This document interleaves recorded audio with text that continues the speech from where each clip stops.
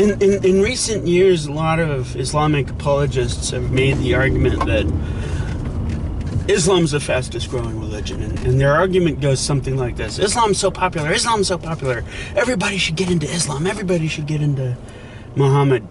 Well, Islam is popular, but it doesn't mean that it's true.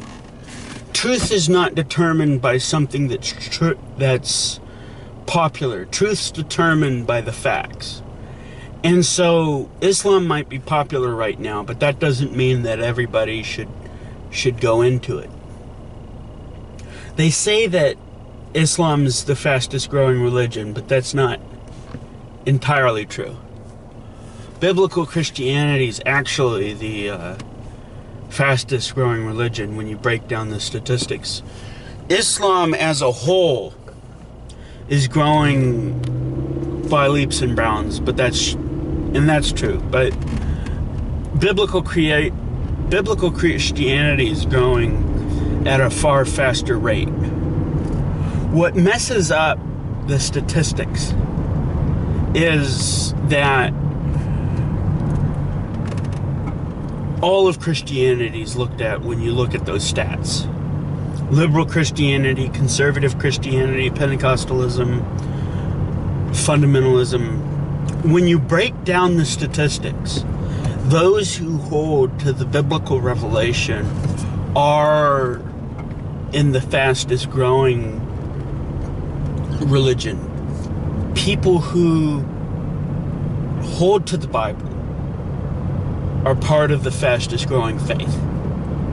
And it's growing much faster than the deception of Islam.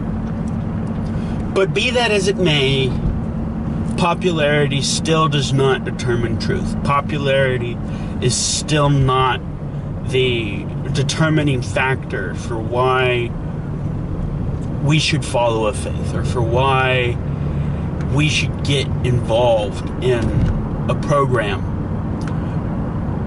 Popularity doesn't determine these things. But we've got to be on the side of God, whether it's unpopular or whether it's popular. It doesn't matter. There are a lot of popular things that are popular because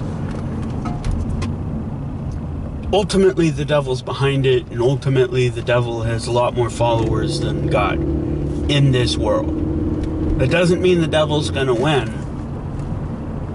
Jesus is going to win. I mean, Jesus has already won. The devil's on a losing cause. But just because the stats are showing at the moment that more people are following after the devil, or more following after unbelief than belief, that doesn't mean that the devil's going to win the day. Popularity doesn't determine what's going to triumph, because religion's not about democracy. Religion isn't about a vote. Religion isn't about what the majority of people think.